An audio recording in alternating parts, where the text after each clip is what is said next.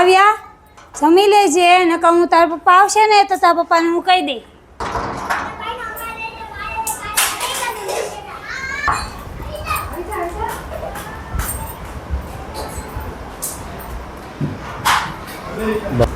શું છે કાવ્યા તોફાન? શું કહે છે તાર મમ્મી?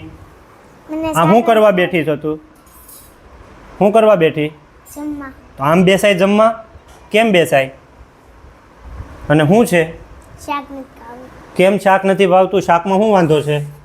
કોબી બટેકા ટમેટાનું શાક બનાવ્યું. આમ તો તું એમ કે મને બટેકાનું શાક બહુ ભાવે છે, તો કેમ આજ શું વાંધો છે?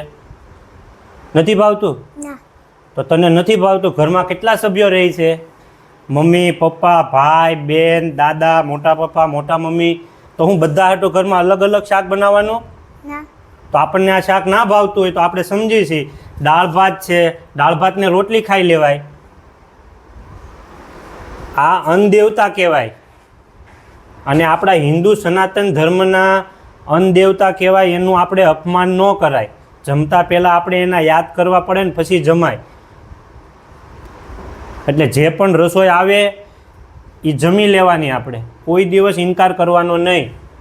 આ અન્ન બનાવવા માટે આપણા દેશની અંદર કેટલા લોકો આની પાછળ મહેનત કરે છે અન્ન બનાવવામાં, અને છતાં બી ભૂખના કારણે કેટલા બાળકો ભૂખ્યાને તરસા મરી જાય છે. તો આપણને આટલા સરસ ઘરની અંદર આવી વ્યવસ્થા છે, ગરમા ગરમ જમવાનું મળે છે, તો પછી કેમ આવા તોફાન કરવાના? નથી જમવું ને નથી ભાવતું ને.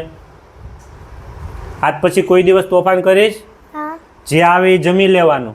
ચાલ જમી લે, હું અહીંયા બેઠો છું. તારા મમ્મી આટલી મહેનત કરીને રસોઈ બનાવે અને તમે તો પણ એમ ઇનકાર કરો કે મારે નથી જમવું. અને ડાબા હાથે જમાય, જમણા હાથે જમવાનું. આજ પછી કોઈ દિવસ તોફાન ન કરતા. વિડીયો સારો લાગે તો વિડીયોને શેર કરજો અને કોમેન્ટ કરજો, અને ચેનલમાં નવા હો તો